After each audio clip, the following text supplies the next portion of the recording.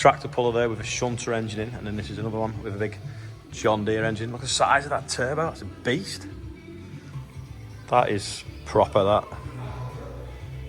There you go, going for tyres. That's what tracks are like now. Yeah. That's what the tracks look like on election. That is massive. I presume there's another one on the other side. It's a V8 Perkins.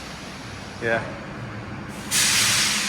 Yeah, so this is one of Martin's friends. Mark's built it. This one here has got, there you go, Mark Hale, HMS. Another V8 in this one.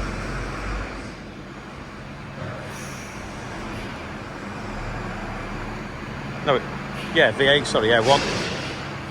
Single turbo though. That's the air intake to the flat to stop the engine if something goes wrong. Guy on the pulling sledge can do that from the activate that from the sledge. That is huge. How many horsepower will that be then? 600. Just like the combine.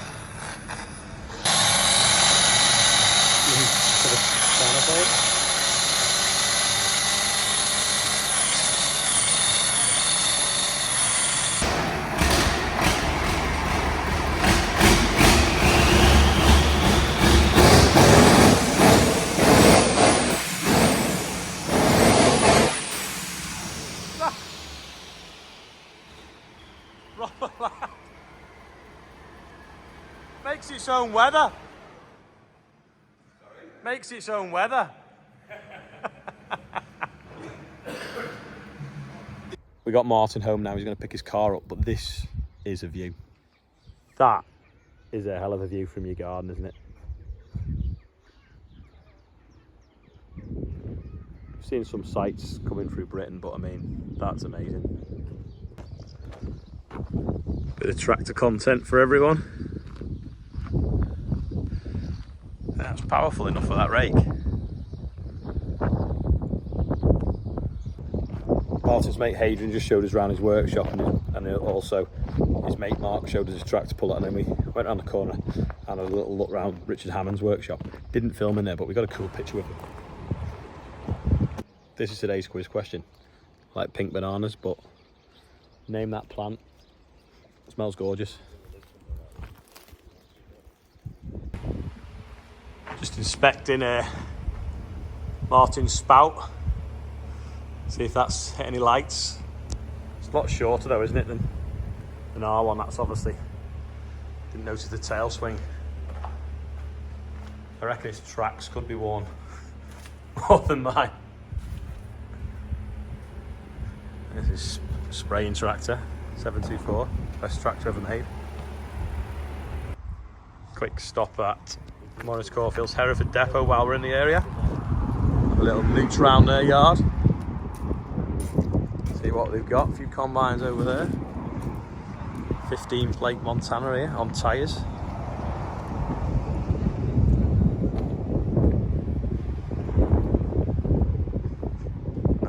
Tyres. Look strange on wheels, don't they, when you get so used to seeing them on tracks. It's not Martin's, is it?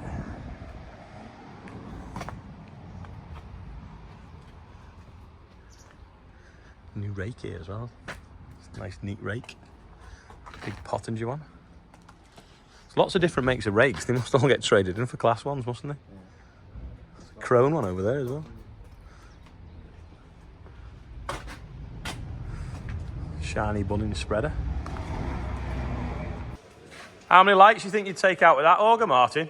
Sorry? How many lights do you think you'd take out with this auger? I think it needs a sodium light in there. Or is it March? Is it old second-hand one? What one? Your old ones? Yeah, my old one. We're going to build the workshop bigger this year. Have a quick look around the stores. It's massive.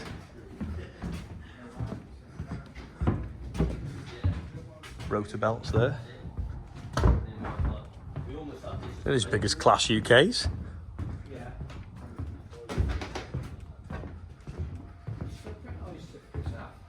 Yeah, we did. From the old days, but what you do. That's good, that, innit? So you lift your parts up here, drop it on there. That's good, isn't it? And then the fence comes so you don't fall out the door. That's what we need in our workshop that we've made, to get stuff in the loft.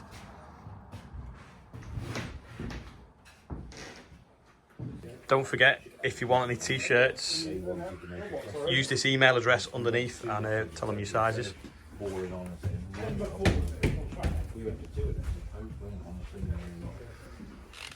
We've just all signed this combine, written hashtag combine challenge, 940 miles, 8 to the 6:23. Put the mark on the auger and initialed it with Martin's initials. And you're going to put it on eBay, are you? Yeah, Morris Caulfield's are going to put it on eBay, so when they have, we'll share the link. And obviously we're going to auction it off for charity. Just checking the track wear on it. Actually, it's not going on eBay because there's too much fees. So what we're going to do is say till Tuesday morning, any bids that people want to pledge underneath this video, then that will be the total that it'll go for. If we put it on eBay, a lot of the money will be lost in fees. So if anyone wants to buy that combine, let us know your bids in the comments below this video, and we'll sort it out that way. Also, the t-shirts that Morris Caulfield have got, they've done a batch of them and they're going to get as many as they can that people order. Everyone's asking for the ones that we were wearing as well, the blue ones with the Agri logo on. We will next week probably do a pre-order for some of them. We'll do a limited edition one perhaps to mark the occasion and put like where we had our names on, we'll put the mileage on perhaps and stuff like that. So keep your eyes peeled for that next week. So Martin's in front now and we're following him, and we've hidden one of the Agricom radios in his car. So we're waiting to find a yellow car coming towards us, and then we're going to call him on the radio and say, and it's hidden in the door pocket.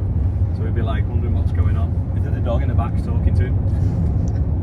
Just do left at the roundabout, come on, John. Left of this roundabout, Martin, left please.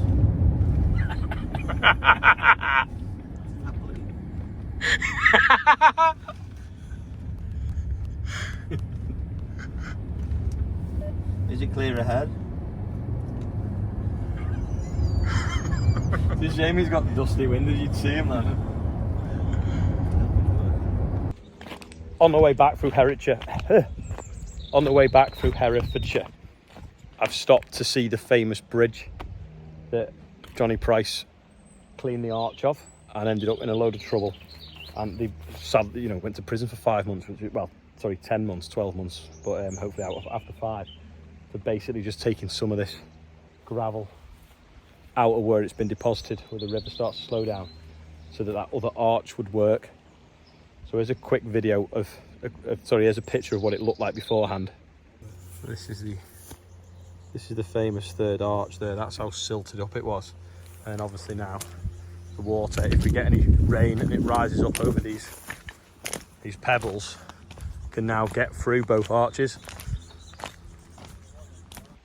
But there was a few trees that fell down on that side, so they were taken out and the bank was reformed to how it would have been when that bridge was built years ago. The thing at the time was that it caused this mass devastation to this stream. Well, it looks perfect. They tried to say as well that it was a mile of devastation. Well, they cut some branches off some trees further downstream that fell in, but the only kind of earthworks that was done was just here, which was only moving something that the river had moved. Now there's a lot of eco warriors that think you shouldn't maintain rivers, but if you've built a bridge over it with only 3 arches, you've got to keep this river going through them 3 arches. You can't let the river over thousands of years change shape, because then that road won't work, and effectively you've built a dam over it. So the minute that bridge was built is the minute that this river then started to need maintaining. So any of your eco warriors out there that think I'm wrong, go and speak to the architect that designed that bridge. So obviously the water's flowing that way. Once that archway then got silted up with all this stuff, it meant then that the water couldn't get through the other 2 arches. So it started to then find the easiest route downhill to the sea, which was backing the river up, causing it to rise and then go that way and flooding them houses over there. Where you can get up and see proper. the rest of them in the village. There's all this Himalayan balsam that blocks the riverbanks up as well, so growing back. That wants controlling anyway. So There's those little ducks there. Then over the time Johnny's lived here, he's planted all them trees anyway on the banks of the ditch, and then all these ones over here, and then we're going to go and have a look at some over there that look amazing, silver birch, which are some of my mum's favourite trees. So the crazy thing here is this is obviously all grown back, got field margins in, but the EA or whoever on Natural England want to come and dig it all up again to put in different species of things. Well, it looks fine to me. I mean, well, you caught them, but it's full of butterflies. You know, it's stunning. There's no nature suffering here.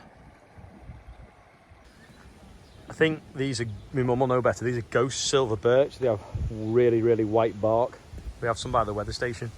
The river's just behind them trees there, and these are cider apple trees. The sheep there, for anyone that likes sheep. Sure, last week when I was in this car, it had only done 1,000 miles. See, the car's done the journey twice, hasn't it? It's been to the top, been to the bottom, been back and back. I was on the telematics app before looking at the combine stats, and I pressed one of the buttons and it opened up my sat nav and directed me to where the combine is. Anyway, I shut the app. I've just plugged my phone into Apple CarPlay and it's come up on the sat nav screen, Lexington 8700 TT, and tells me exactly how to get to it. How nuts is that? I'm at Morris Caulfield's now, picking James up, taking back for his van because he was in a hurry last night. I'm just going to have a look at this header here. It's a whole crop header. So it's basically like a huge mower with an auger on.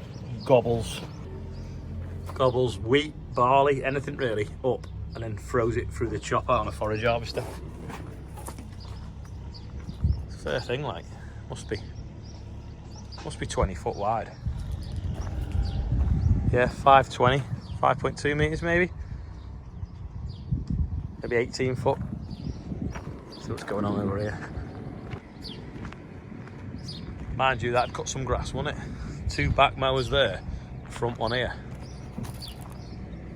That must be 30 foot. Header here.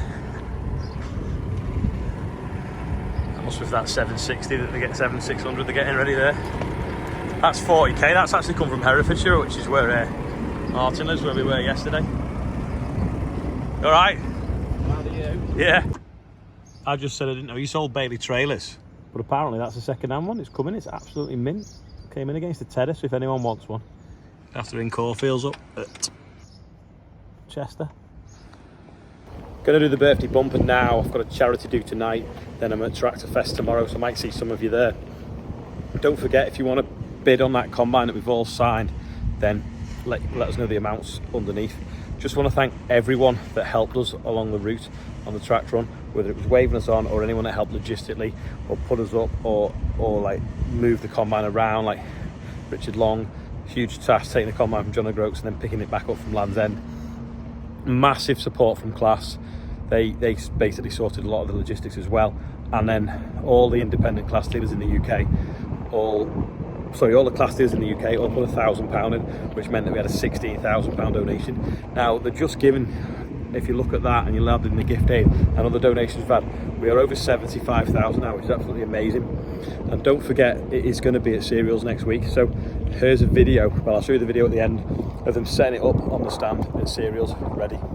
Right, I'm going to show you the birthday bumper now. It's all written on the top and I'll explain why in a second. Anyway, Trevor Doran and Raymond Borg. I'm not sure if it's your birthday or you just did it because you've maybe donated to the wrong thing, not the charity run, the combine run. Maybe it was the birthday bumper by mistake, the way it read in the comments. Anyway, you're on there. Neil Pinson's on there. Ben Everett's 36. Gavant Phillips is 45. Emma Bode is 46. River Appleby's 18. Mike Lewis is on there. Neil Pridmore's 64. Tony Fletcher's on there. And Jude McGrokin, I think it's pronounced. I think that's everyone. But yeah, 36,664 raised on the birthday bumper. Happy birthday, everyone on there. Now, why is it written along the top, not the bottom?